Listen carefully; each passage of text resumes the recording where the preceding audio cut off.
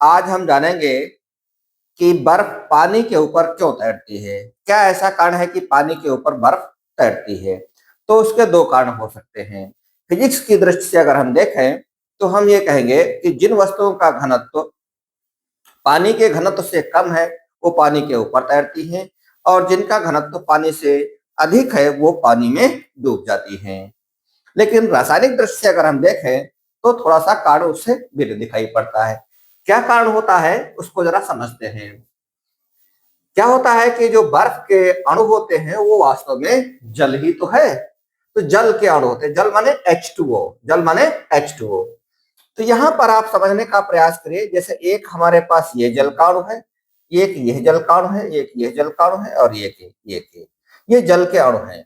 अब जरा समझते हैं इस बात को अच्छी तरीके से। यहाँ पर ऑक्सीजन और हाइड्रोजन के बीच में साझे का बंध बना हुआ है। ये जो रेड लाइन से हम बना रखे हैं ये सब साझे के बंध है यहाँ पर। ठीक यहाँ पर भी ये आप देख पा रहे हैं, ये हाइड्रोजन और ऑक्सीजन के बीच में सहसंयोजक बंध बना हुआ है। लेकिन क्या होता है कि ऑक्सीजन अधिक ऋण विद्युतीय तत्व है। जितने भी ऑक्सीजन है, ऑक्सीजन अधिक ऋण विद्युतीय होने के कारण साझे का इलेक्ट्रॉन युग्म वो ऑक्सीजन की तरफ खिंच जाया करता है, ऑक्सीजन की तरफ खिंच जाया करता है। यहाँ पर भी ऑक्सीजन की तरफ खिंच जाएगा, ऑक्सीजन की तरफ खिंच जाएगा, जिससे ये जो हाइड्रोजन परमाणु हैं ये अपने को थोड़ा सा ठगा हुआ महसूस करते हैं, और इन्हें ये लगता है कि हमारे इलेक्ट्रॉन को भी ऑक्सीजन ने ले लिया, यानी इस पर आंशिक धनावेश और इस पर आंशिक ऋणावेश आ जाता है। इसलिए इलेक्ट्रॉन की पूर्ति करने हेतु यह अपने पड़ोसी वाले दूसरे ऑक्सीजन परमाणु जो कि अधिक ऋण विद्युतीय है उससे इलेक्ट्रॉन ले करके और उसके साथ में एक साझा बंध बनाता है। इस बंध को ही हम हाइड्रोजन बंध कहते हैं।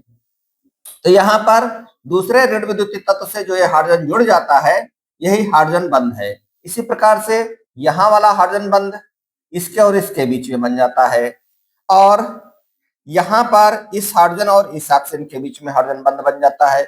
यहाँ पर इस हाइड्रोजन और इस ऑक्सीजन के बीच में हाइड्रोजन बंध बन जाता है। यही क्रम सभी परमाणुओं के साथ में रहता है।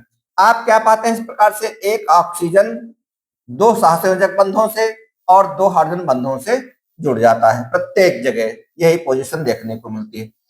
तो यह जो जल का अणु है उसके सराउंडिंग्स में कितने हैं, एक दो तीन चार, यानी प्रत्येक जल का अणु चार जो है वो जल के अणुओं से घिरा रहता है।